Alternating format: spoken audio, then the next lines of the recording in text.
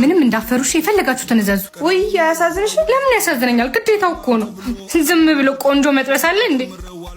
የኔ ፍቅር ምንድነው? ወደዛ ሌሊት ሰፈር ነው እንዴ? ደግሞ ወጥ ነው የምትለው? ይኸውልህ ባይሆን ታዘዘኝ፣ እነሱንም ታዘዛቸው። ለእኔ ተለመደውን ኬክ፣ ለእኔም እንደዛው፣ ለእኔም ራሱ። እሺ ቆይ ሊበላ ና እንካ ስማ፣ እኔ ሄጃለሁ። የቀረበላቸውን በልተው ሲጨርሱ ሂሳብ ተቀበላቸው። የታለ ካሉ የለም በላቸው። እሺ እንዴ ተበዘበስኩ። ወይኔ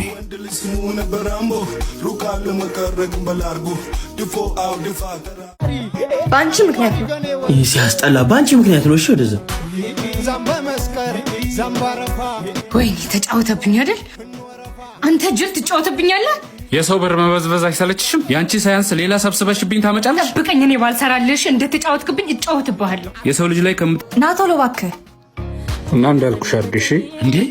ቆይ ነይ የውጭውን እኔ ያስተናግዳለሁ። ሂጂ አንቺ አምጪው ተቀጭ።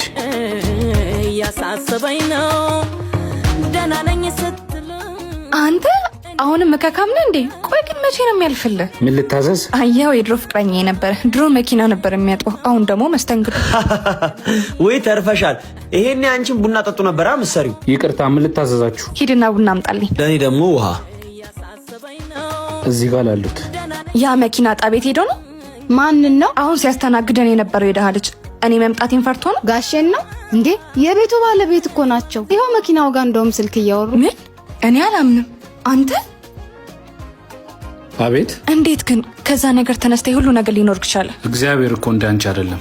የለውም ጎሎታል ብሎ አልተወኝም። ሰራው፣ ተለወጥኩ። ይቅርታ አድርግልኝ በጣም አሁንም እኮ ውስጥ ያለ። ኧረ እባክሽ ወናፍ